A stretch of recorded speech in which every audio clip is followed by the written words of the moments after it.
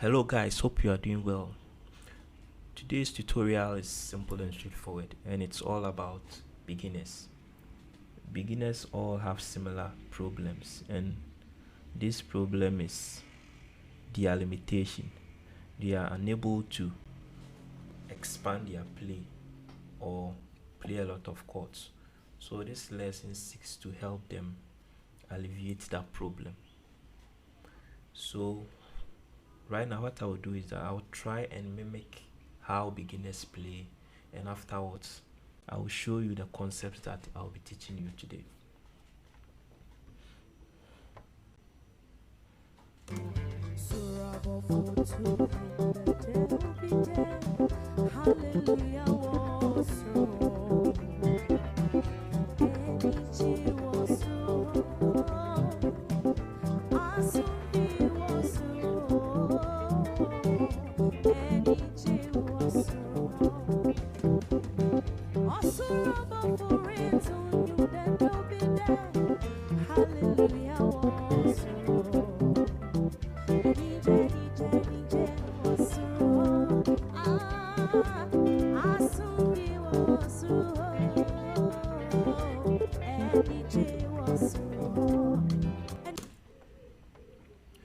So as you can see, when I was playing, I was just moving from 1 to 4 to 5, then back to 1.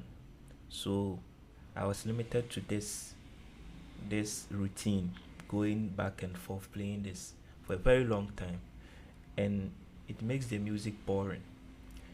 So today's lesson I'll teach you only 3 concepts. There are so many concepts you can apply, but I will be only teaching you 3 of them. So the first one is dominant 7, the second one is suspended chords, and the third one is inversions. So let's look at the dominant 7. So we are in the key of C now. So when I play C major 7th, then I flatten the 7th note. So flat of the 7th note is this note, or sharp the 6th note. It will form the same dominant 7, C dominant 7. So this is dominant 7. Now let's come back to sus2 and sus4. With sus2, when I'm on 1, which is do, my major chord, 1 major chord, I'll move my 3rd note a tone down, and it will form sus2. With sus4, when I'm on the 3rd note, I'll move a step up, and it will form sus4.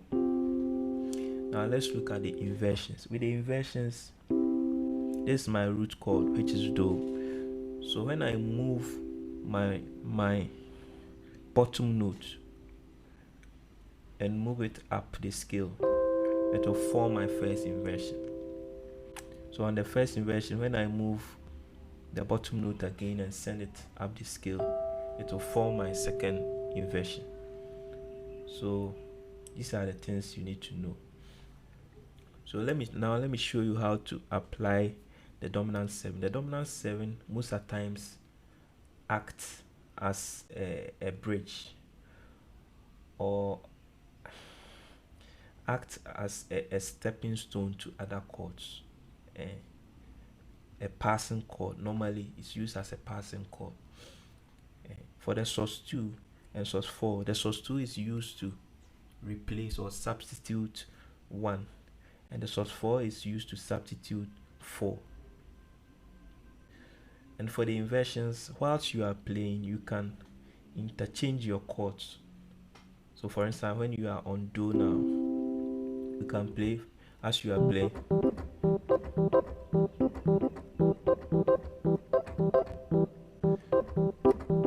So as you can see, I was just interchanging the chords, the same chord, but I'm just switching to first inversion and second inversion. So you can be switching like that.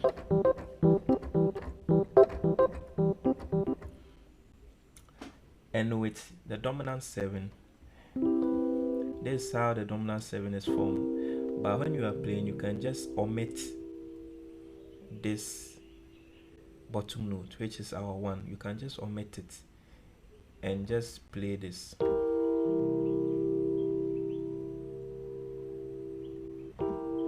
So let's say I'm playing a song.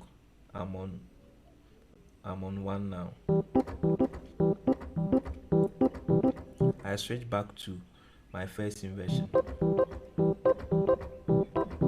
Now I want to move on to our 4th chord. What I'll do is I'll just play my dominant 7 chord. So before I move to 4, I'll play the dominant 7 chord. So let me start again.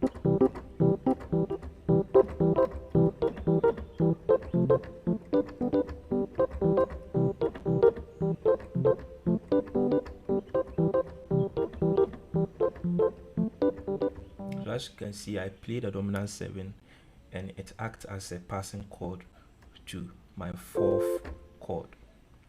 Right. So again, let's go to the sus 2 and sus 4. With the sus 2, let's say I'm on 1 now. I can play sus 2. It's the same as 1. So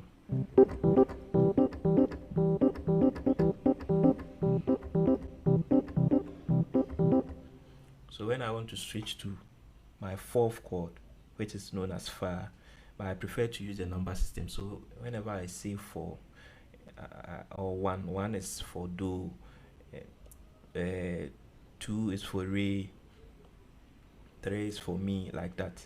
So 4 is fa. So sus 4 can represent fa, which is 4.